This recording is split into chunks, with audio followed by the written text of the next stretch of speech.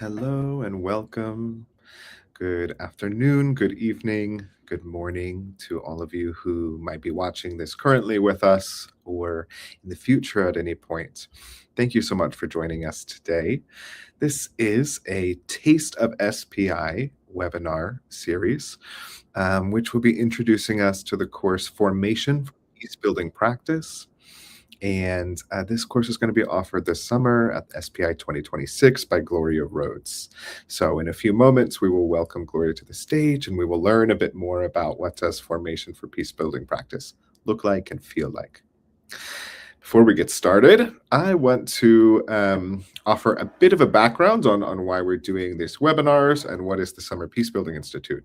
So these webinars are meant to be a way for you to taste and sample what the experience of being at the Summer Peacebuilding Institute is, how the learning feels, what it feels like to be in community, and to wrestle with conversations and topics in the way that we do at SPI and here at CJP. I'd also love to share with you a quick video that was taken from our 2025 Summer Peacebuilding Institute, and that will give you a bit of insight on the folks who might be present, the landscape that we sit within here in the Shenandoah Valley, and what folks had to say about being together at SPI 2025 last year. So this video will be about 3.5 minutes. I hope you enjoy it, and we'll be back here on the screen with you once the video is done.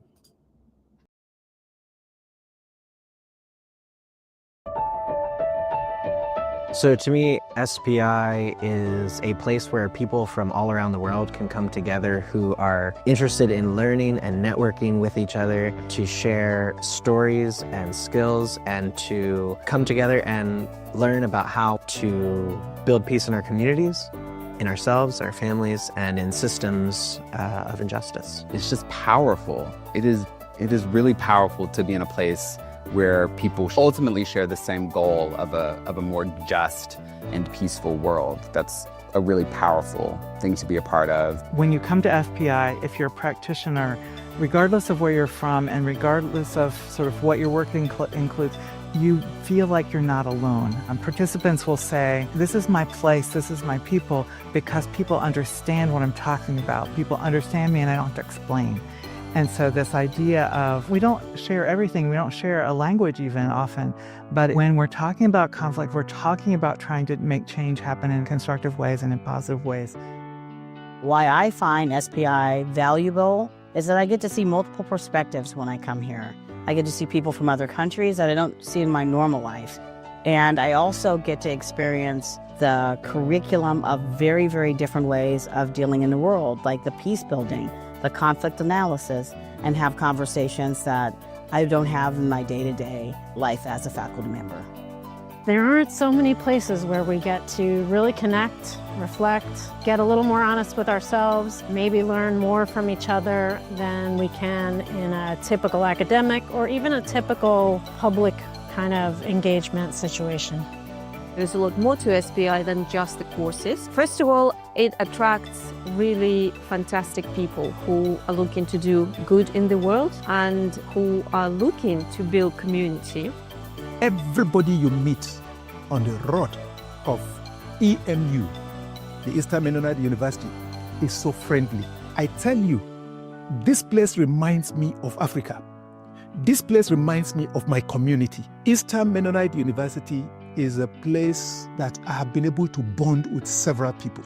I experienced a tremendous sense of welcome, not just when I arrived, but throughout my time here. I felt like I was loved before I came here, that the space, that the courses, that the care materials were all prepared for me, for this learning community in a very intentional, loving way. Don't miss out. You have to come. It is truly a unique place. It is an incubator, it is a networking space, and there's a lot that we learn and grow together here.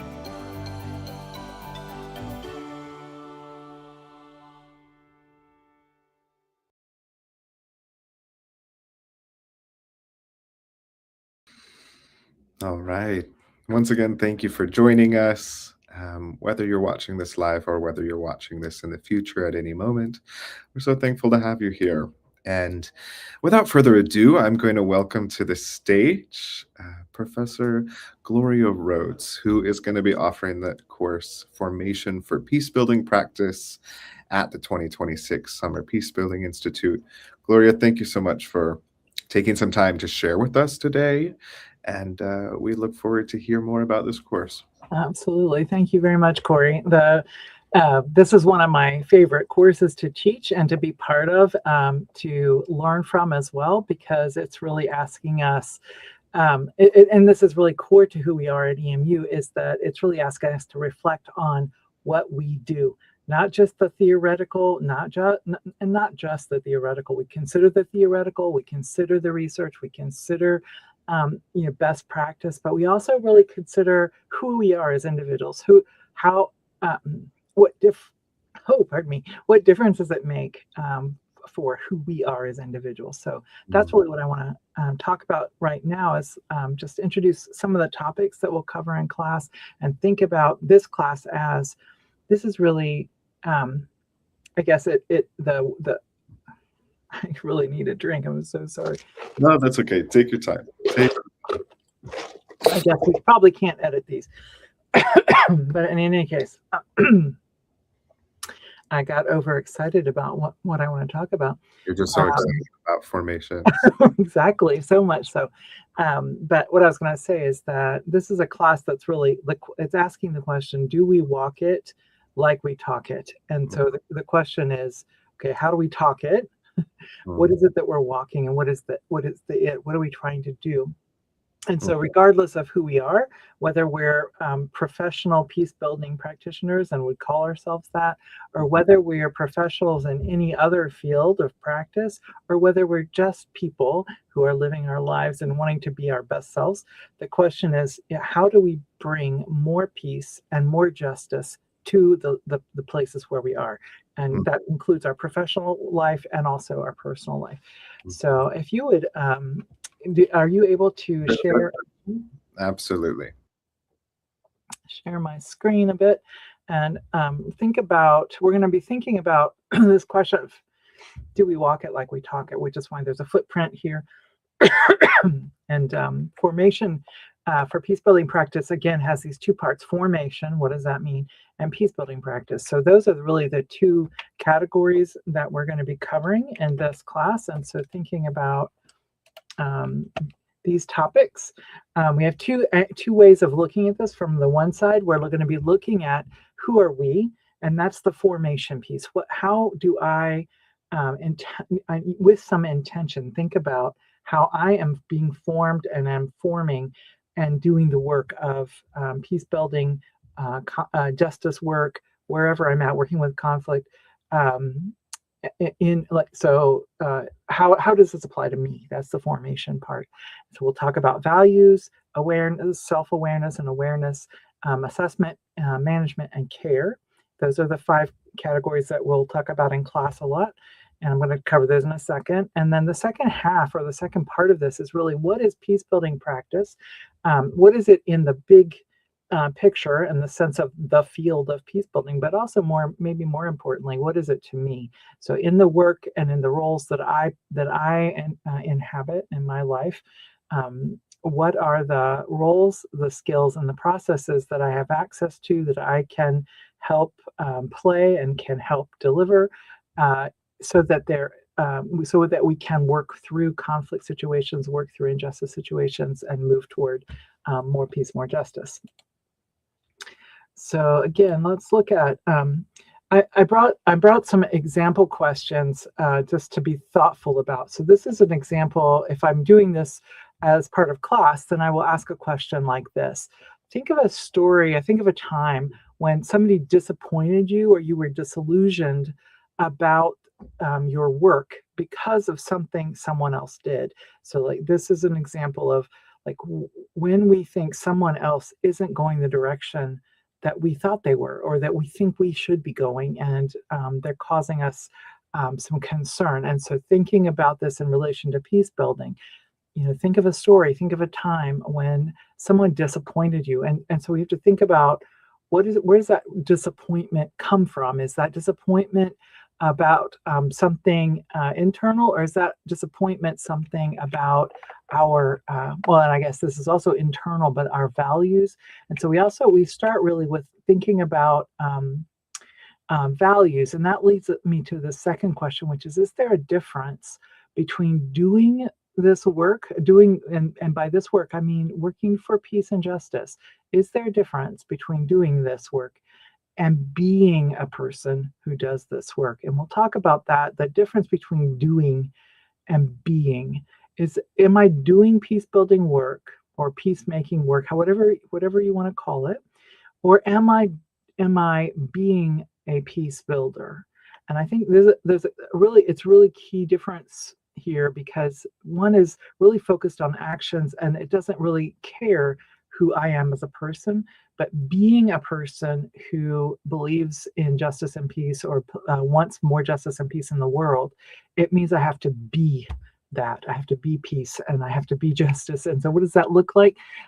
We talk about values, that we are people who bring our values into our work. And that, and here's an example of some of the values that I would hold and that we'd hold here at CJP, thinking about when we are working with people who are in conflict with each other, that each person, each relationship, people are unique, they're valuable, and they're capable.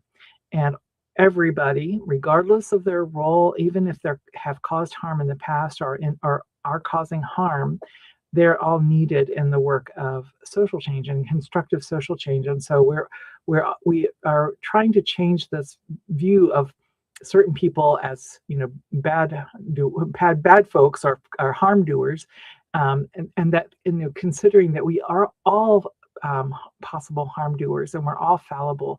How do we, as we work through this, how do we preserve dignity for everyone, even for ourselves when we've caused harm? And how do we repair? So there's a whole lot of work that can be done in a whole lot of different directions by a whole lot of people. So thinking about this is an example of some of the values that we bring, and we'll ask you to, especially in this class, we'll ask you to really examine what are the values that you bring with you to the work that you're doing, and what are the most important, and when, like what brings different values to the surface as being priorities, and like values for justice, values for respect, values for repair, and many more. So moving on, so values will be an important part of our discussion in class. I just mentioned this, what values have priority in the work that you're doing. Values might be framed by your organization or your community. We talk about moral communities sometimes, like what are the values of your moral community? And so what are the priorities there? If we had time, I'd say let's share this in the chat, but let's move on. But do think about that. Keep this in your own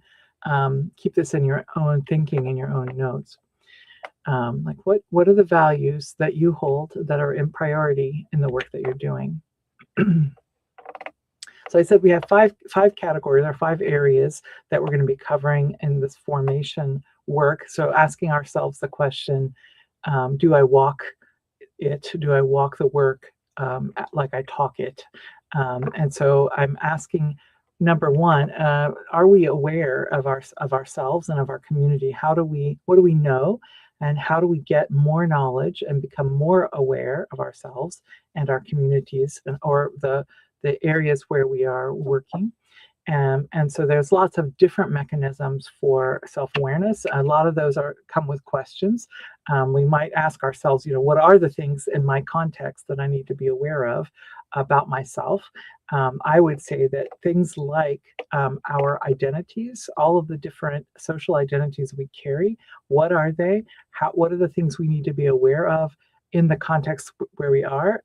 Thinking about myself and my own identity as a Mennonite woman, as a woman, as an older woman with gray hair, as somebody who has been working in peace building, somebody who has education. All those pieces of identity are things that we need to be aware of. And we also need to be aware of power, and how we use power. Power with, power over will be things we talk about. Also, so power, I mean by influence. How do we influence the changes that we want? Like, how do we influence people to move toward the changes we'd like to see? We'll be talking about that. One of the projects in the class, if you're taking this class for credit, we ask people to create a project of a change they'd like to see, and then try to carry it out. So a social change, a change in relationship, a change in a process, a change in a way that people are engaging with each other around conflict, possibly. What are the changes that I'd like to see? And then how could I do something about it? And this is part of the awareness question. And so, these are the kinds of questions. These are examples of questions that I will be asking in class or in this training in the SPI during the summer. Like, can you tell a story of a time that you felt completely at home because of shared identity? And we'll talk about shared identity. We'll talk about when our identities are aligned with structural power and imbalances. We'll talk about identity differences in our organizations with other people that we're working with, our colleagues, and we will tell a lot of stories, our own stories, as a way of, sometimes it's a way of bringing healing to ourselves, but it's also often just a way of asking ourselves important questions and trying to understand a bit more about where we're coming from for ourselves and becoming more aware. So self-awareness is really important. The second area that's very important, so we have our values, and then there are these 4 questions about self-awareness. Self and context assessment is the next one. So self-assessment, context assessment, and it means to ask this kind of question. What are the roles that I'm playing in my current work? What kinds of roles do I play? Am I a leader? Am I a facilitator? Am I a caregiver? Am I an accompanier? Am I a record keeper? Am I a note taker? What kind of roles do I play? Am I a convener? Am I a bring people together kind of person? And are there other roles that are needed? And could I play those, or who should be playing those? What are the skills I have? And this is such an important question, and it's a luxury to be able to ask this question in a academic setting where we can say, okay, I really am doing this work, and I really need to know more ways of being able to bring people together and listen to people. So what are the skills that I have? What are the skills I need? And then especially, what are the processes that I can draw on? What are the different processes that are available to me to help people do the things that I want to help them do? And this could be in my family, or it could be in my community context. It could be in my work context. It could be in an organization. So lots of us already know some processes, but we also want to explore what other kinds of processes are available to us. So those are the 3 peace building practices questions. What are roles, skills, and processes? And we'll talk about all of those.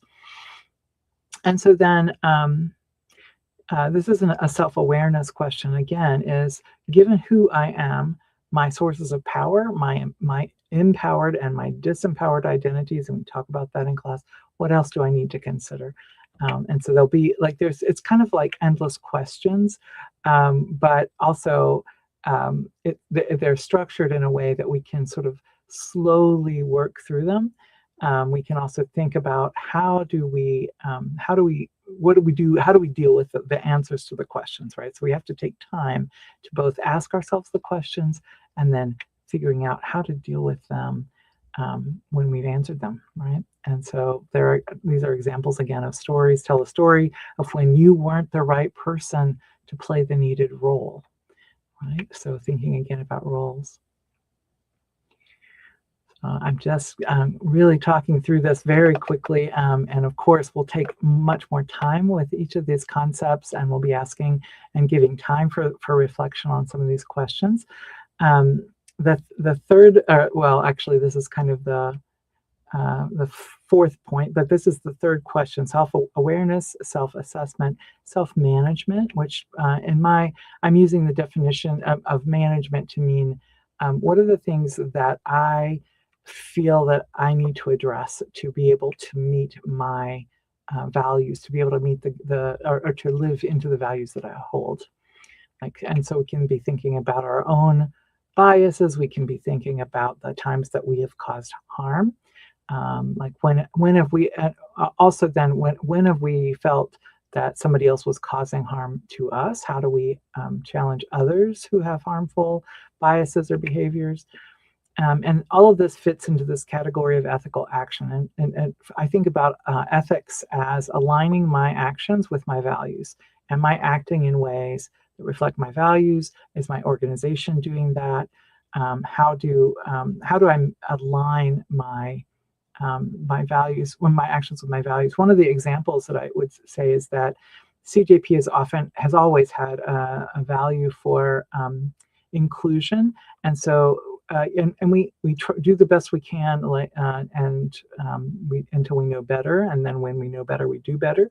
So we're constantly revising our practices so that inclusion, so people really do feel included. It used to be that we needed to make sure that folks who had physical disabilities or physical abilities that were different from the rest of us, not the rest of us, but we all have differences.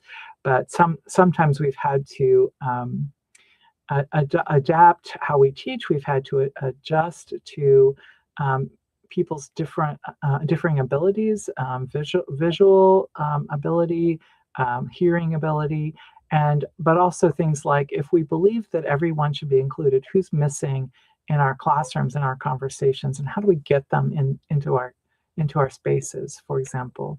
So that's just a question that we have to ask here, CJP.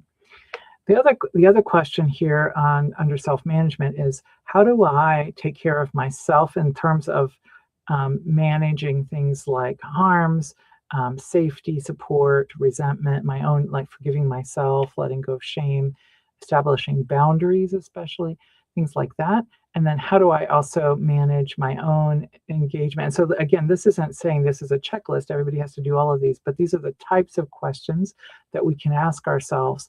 And maybe we have something in mind that would be specific, and we want to work toward some of these things. But we also need to manage ourselves in relation to others and our engagement with others.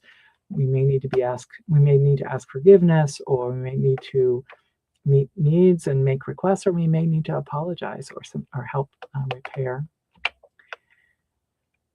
And then the last part of this is just, accountability. How do we hold ourselves accountable to our values and doing the work that we need to do or that we want to do? And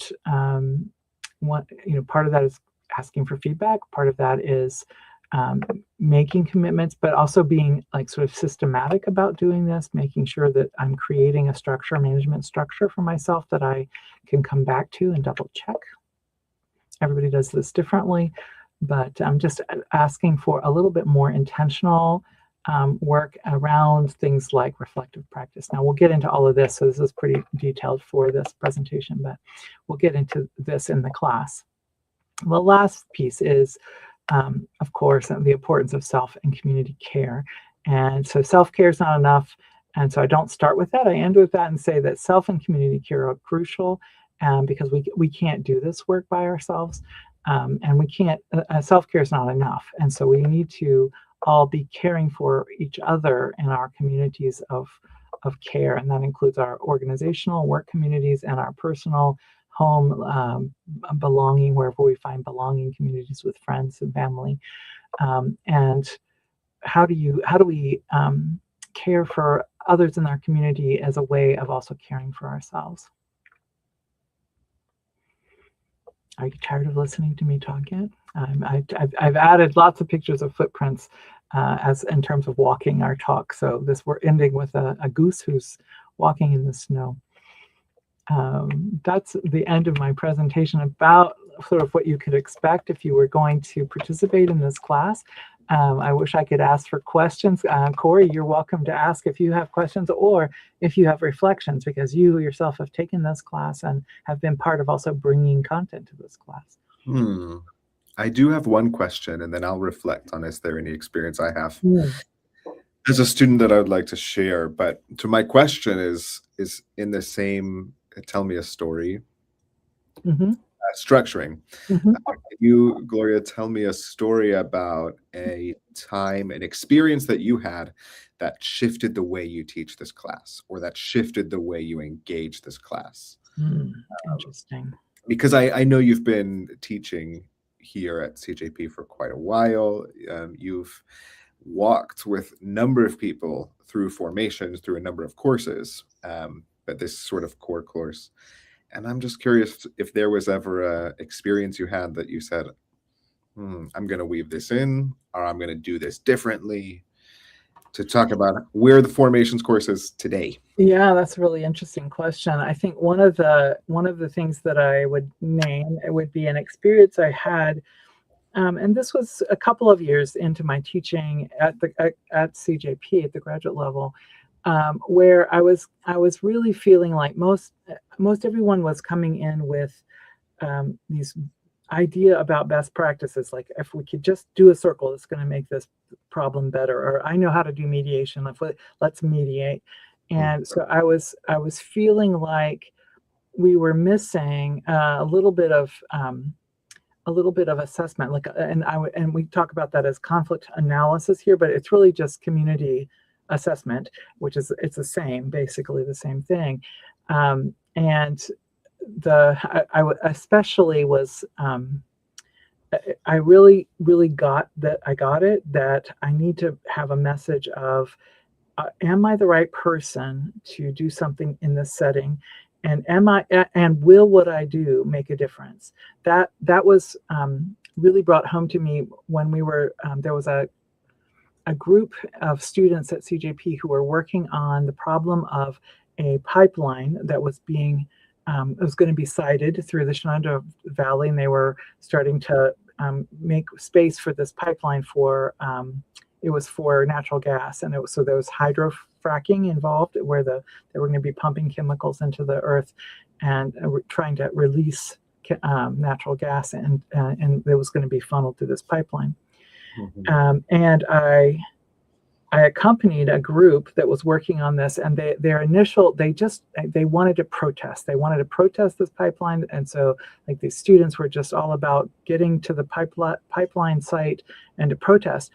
And throughout the semester, the protests were ongoing. And what I discovered was, with their work, they were looking at what could make a difference in this pipeline. So they did two things that really shifted how I think. One was they followed the money.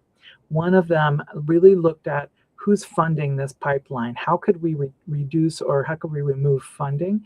And it became very clear that it's kind of a divestment strategy, that they're big banks funding this, and that they were relying on all of their customers or their investors to help fund this pipeline, and that there's big money involved, and no matter what people did in terms of standing in front of this pipeline, that there was so much money involved that they're not going to be able to stop it this way. So there had to be somebody addressing the big companies and the money strategies. So that was one. And the second piece was that somebody happened to have a contact inside of one of the energy companies involved. And they did an interview, and the small group of students did an interview with this company. And the company said, it doesn't matter. Protesters don't matter. We have eminent domain, which means the federal government was going to let them just do what they wanted, right, and take the land that they wanted. And it was just so stark that it was clear this huge company did not need to. They didn't care if they were protesters. They didn't even consider it. And now the public might, right, and the media might consider protesters, but as we started developing a plan of action, it was very, very clear that just protesting, our initial gut response of let's go protest, wasn't going to make a difference. And what would make the difference would be really some very strategic work on money, where the money was coming from, and also then thinking about how do we speak to government? How do we think about eminent domain? How are we going to be strategic in this? So sorry that got very long, but my point is that our initial responses sometimes aren't the right ones. Sometimes they're not going to be effective. And so this class is also asking us to really consider, how do we think change is going to happen in this situation? And because we can't afford to waste our resources. We're just there are lots of people who want to bring more peace and justice, but we sometimes jump on the thing that we think that just makes us feel good or makes us feel like our voice is being heard, but it may not actually bring us the answer we're looking for. Yeah. Thank you for sharing that experience of accompanying students and what that shifted for you. Yeah, it made me think about, okay, I need to help all of us think about, even though we want to make a change and we want our voices to be heard right now, that can be very cathartic. And I'm not saying we shouldn't protest. And in some cases that is the right thing, but to be a little more, to be strategic in our peacemaking work, that we really need to be thinking about how do we develop relationships that get us inside of companies and help us make connections to government and help us think about policy and things like that. And that's not work for all of us, but some of us need to be doing that work. Yeah. Yep. I'm reflecting on the time that I took this course at Summer Peacebuilding Institute a number of years ago, and enjoying some memories of not only learning methodologies and ways of bringing people together, getting people to engage and think, but then practicing those things with the other students who are present, practicing facilitation methods, practicing ways of mediating in scenarios. And it's a very engaged and sort of practice-based exploration that accompanies this reflective question of who I am and where am I the right person to do what work.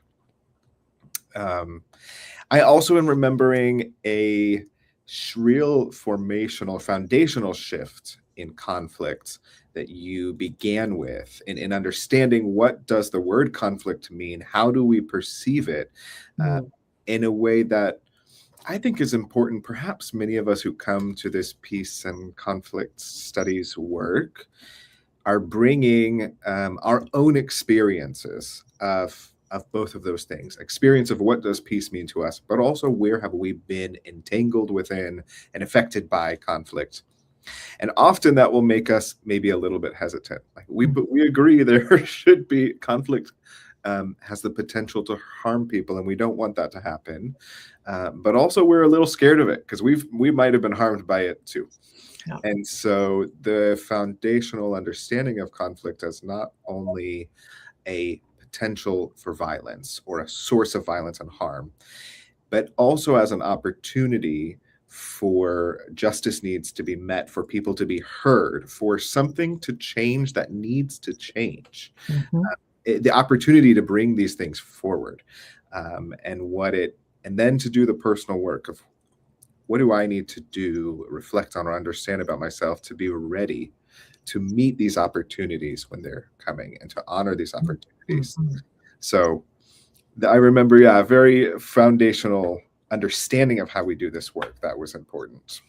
Thank you. Yeah, we do begin with that, because the idea that we can't only shape our work as being reactive to the negative, right? It's like, how do we build what we want rather than just being reactive to what we don't want? And we want healing, and some of us are coming really in search of healing, and that needs to happen.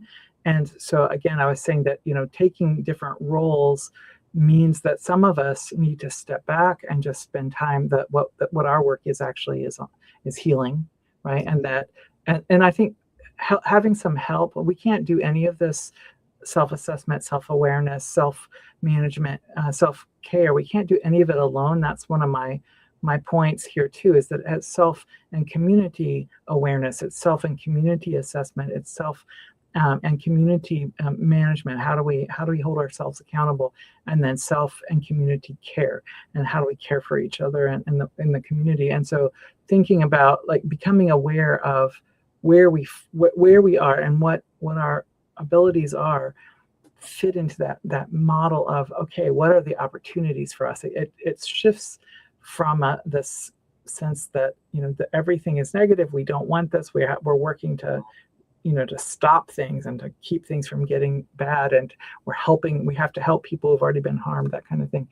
And we do need to do that, but some of us also need to be building what it is that we want, right? So the just systems and the just processes and the just relationships and building healthy relationships. I think that's really the basic key, right? Is that these are opportunities. Conflicts are opportunities to say, hey, I need to come at this with curiosity. I need to become at this with listening, because there might be something there for me. There might be something there for the community, in modeling that. And yeah, thank you for naming that.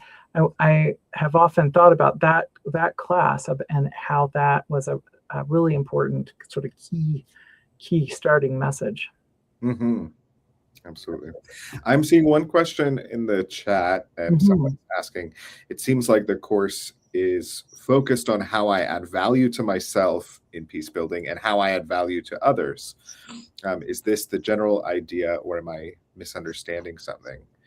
And I would agree. I think one of the things I'm also hearing you share, Gloria, is that it's not only about adding value to myself so I and others so that I do this work better, but also about understanding who I am and where I have the potential maybe to cause harm when I'm trying to go about this work. For sure. Yeah. Yeah. It's looking for that positive. There's looking for how can I best play a role that's going to help influence things in a positive way, a constructive way. But you're exactly right that by not doing it, we run the risk of really causing harm. And so like by running in and protesting something, it may not cause harm. Maybe that's just another way of bringing more attention to a topic. But if I just insert myself into a situation that really my identity or my energy or my knowledge isn't sufficient, or my skills are really not sufficient for what needs to happen, then I actually can cause harm. I can slow down a process, or I can keep something from happening. I can cause harms for people, and that's as much a part of it as anything else. And I think part of it is, we talk about in STAR, the strategies for trauma awareness and resilience. We talk about we have this idea that hurt people, and so that people who've been harmed cause more harm. And so we see that in peace building and conflict work, that people who've been harmed by conflict and violence go into a situation or go into their relationships from a sense of victimhood and from a sense of I've been harmed. And so it means that we might actually repeat the harms that we've experienced ourselves, even without intent, right? We don't want that to happen, but we can repeat those harms. So that's a very, very good point. And I think it's more about it's professional awareness, and it can be you can think of it as a professional development in the sense of thinking about, okay, what are the skills that I need to be doing the role that I'm playing? What skills do I need that I don't have, and maybe I need to develop how I'm mediating, or maybe I need to develop my processes skills. And that's what you were mentioning, is that we also are practicing and thinking about what are the processes we have available to us to help us help people find a way through. That's a really important part of this class. It's not just who am I in this, but it's also what is the field and what's available. What can we draw on? Even if I'm not part of the field, or I don't think of myself as part of the field of peacemaking or peace building, what are the cool new tools that are out there that we can use to help people, solve their problems and make decisions and things like that. Yeah.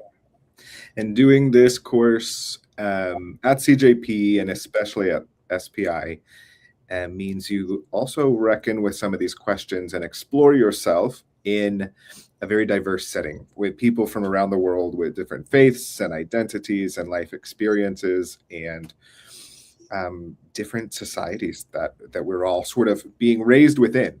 And so I think that adds a helpful reflection point onto how have I been shaped uniquely, and how does that inform how I might be engaging? The places I should engage, the places I need to step back and be more open to how others might see or experience this world. So it's a good place to do this learning when you're with people who are very different than you.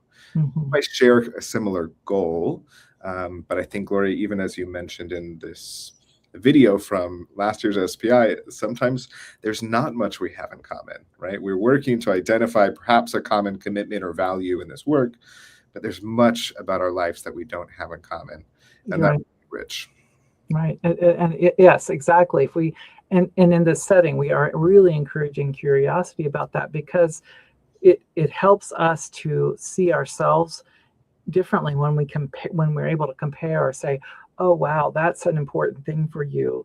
Is it important to me too or not, and why? And so we actually, it helps with our questions. We do deal with all of these things in terms of our identity, our social identities. We do talk about religion, spirituality, how that impacts things. We talk about culture, and as part of our talking about identity, we talk about the identities that are causing conflict in the world these days, with religion being one, but politics, economics, class, absolutely, and that those are realities of where we do our work, right? Wherever we are doing the work that we're doing, we're bringing our own diverse experience into a context, and so we also have to understand the context, and that's also a rich for all the rest of us, right? So I'm hearing about you and your context and what works and what doesn't work and what your questions are, what you're struggling with. And that helps me ask my questions about, is this normal? Is this something that other people are facing? And then what are some of the things and opportunities that we might have, and how might we be able to address that? Absolutely. Yeah. Well, Gloria, thank you for sharing your energy and your time with us today, sharing a glimpse and an insight, a taste perhaps of formations. Or we refer to it as formation sometimes in our short. You do. Yeah. Formations. It's Peacebuilding practice. Yeah. Yeah. So if anyone is interested, you can find more information about this course or Summer Peacebuilding Institute in general and all the courses we're offering by scanning the QR code at the top of your screen.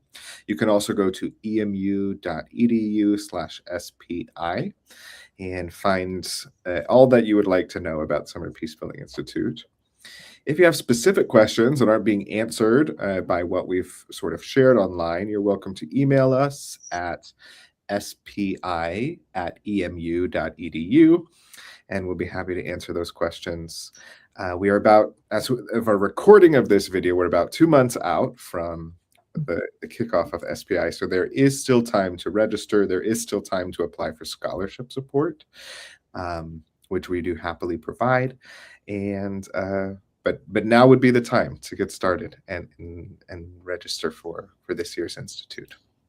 So we thank you for joining us today or watching this in the future, whichever way you're seeing and hearing us. And Gloria, once again, thank you for joining today. Thank you. And thank you, Corey, for the conversation and for sharing your own experience too, because it makes it feel more like this isn't just something I'm doing and making up, but there are many of us around who are asking these questions, and it doesn't matter when you come to SPI or in your lifespan or into these classes too, that these are kinds of questions and kinds of experiences that I have every summer pretty much, and I'm learning something new every time. So it's very rich. It's a very reflective place, and it's very renewing, nourishing, and sort of restorative. That would be the word I would say. Well, I might have to take it again myself then. Join you back. All right. Thank you very much, Corey. Thank you all who are joining us. Yep. See you again. Bye.